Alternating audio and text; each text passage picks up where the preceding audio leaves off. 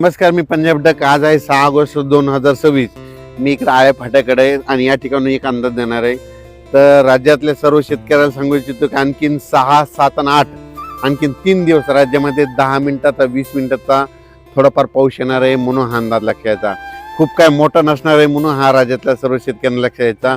त्याच्यानंतर 7-8 तारखेच्या नंतर चांगलं हवामान कोरडं होईल, पण तरी पण स्थानिक वातावरण तयार होऊन थोडाफार पाऊस येणार आहे म्हणून हा अंदाज सर्व शेतकऱ्यांना लक्षात यायचा. राज्यात शेतकऱ्याला सांगू इच्छितो की ज्यांना शेतीची कामे करायची असेल तर तुम्ही काय करा, ह्या म्हणजे आता 8 तारखेपासून 8 ऑगस्टपासून हवामान कोरडं होईल. काही काही भागात ठिकठिकाणी सूर्यदर्शन होईल, कोरडं होईल म्हणून हा अंदाज लक्षात यायचा आणि आपण आपल्या शेतीची कामे करायची. त्याच्यानंतर राज्यामध्ये 15 ऑगस्ट नंतर परत राज्यामध्ये पुन्हा पाऊस सक्रिय होणार आहे, पण ते पाऊस काय होणार आहे विदर्भाकडे असणार आहे. विदर्भामध्ये कुठं, विदर्भामध्ये वर्धा, नागपूर, भंडारा, गोंदिया, चंद्रपूर, यवतमाळ, गडचिरोली तिकडल्या पट्ट्यामध्ये राहणार आहे. म्हणजे पूर्व विदर्भामध्ये ते पाऊस असणार आहे म्हणून हा अंदाज तो सर्व शेतकऱ्यांना लक्षात यायचा. तसेच कोकणपट्टी, नाशिक, कोल्हापूर, त्याच्यानंतर पुणे ह्या पट्ट्यात काय होईल, आणखीन 2-3 दिवस सरी मध्ये चालूच राहणार. काही काही ठिकाणी जोराचा पाऊस पडेल, 10 मिनिटाचा, 20 मिनिटाचा, अर्ध्या तासाचा असा पाऊस चालूच राहणार आहे म्हणून हा त्या शेतकऱ्यांना लक्षात यायचा. त्याच्यानंतर इकडं मराठवाड्यामध्ये परभणी, लातूर, हिंगोली, त्याच्यानंतर नांदेड, संभाजीनगर, जालना, धाराशिव, लातूर, ह्या बीड ह्या पट्ट्यामध्ये काय होणार आहे, आणखी 2-3 दिवस स्थानिक वातावरण तयार होऊन दुपारपर्यंत ऊन पडणार, लगेच अर्ध्या तासाचा 1 तासाचा जोराचा पाऊस पडणार आहे म्हणून हा अंदाज लक्षात यायचा. त्याच्यानंतर उत्तर महाराष्ट्राकडे काय होईल, अशा सरी नाशिक जिल्हा, नंदुरबार, धुळे, जळगाव तिकडे देखील काय होईल, दुपारपर्यंत अशा सरी चालूच राहतील आणि त्याच्यानंतर दुपारनंतर ऊन पडल्यानंतर पुन्हा अर्ध्या 1 तासाचा पाऊस जोराचा पडणार म्हणून हा अंदाज लक्षात. खूप मोठा पाऊस पडणार नाही, फक्त काय होईल 10-20 मिनिटाचा पाऊस असणार आहे म्हणून हा अंदाज सर्व शेतकऱ्यांना लक्षात यायचा. तसेच नांदेड, लातूर, धाराशिव, सोलापूर, त्याच्यानंतर सांगली, बारामती इकडे काय होईल सरी मात्र सुरू राहतील. खूप मोठा पाऊस पडणार नाही म्हणून हा अंदाज लक्षात यायचा.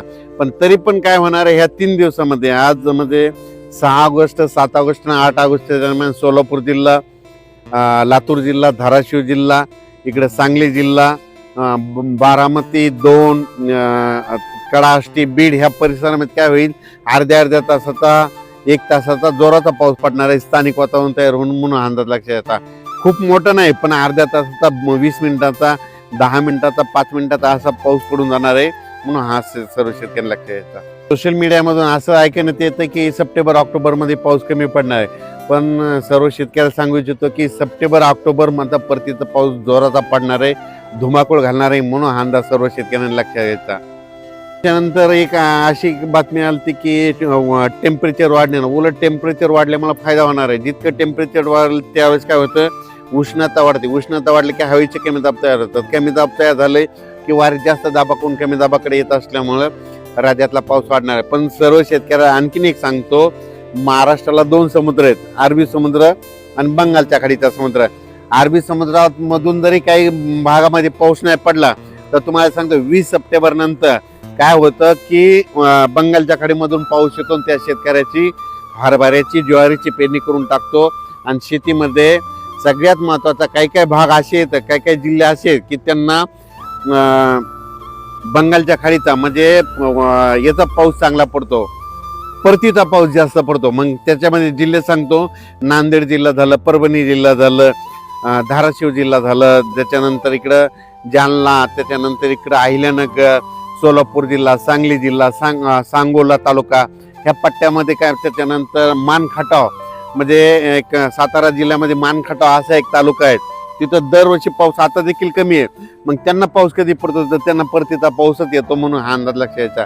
अहिल्यानगरमध्ये देखील ना परतीचाच पाऊस जास्त पडतो म्हणून अहिल्यानगरच्या शेतकऱ्यांनी अंदाज लक्षात यायचा. बीड जिल्हा, त्याच्यानंतर धाराशिव जिल्हा, सोलापूर जिल्ह्यात देखील परतीचाच पाऊस चांगला पडणार आहे म्हणून हा अंदाज त्यांनी लक्षात घ्यायचा. सध्या आता माझा 15 ऑगस्ट पर्यंत शेतीची कामे करण्यासाठी वेळ भेटणार आहे, पण 15 ऑगस्ट नंतर विदर्भामध्ये म्हणजे पूर्व विदर्भामध्ये वर्धा, नागपूर, भंडारा, गोंदिया, चंद्रपूर, यवतमाळ तिकडल्या पट्ट्यामध्ये चांगला जोराचा पाऊस पडणार आहे म्हणून हा अंदाज लागेचा. अचानक वातावरण बदल झाला तर परत एक मेसेज दिला जाईल. धन्यवाद.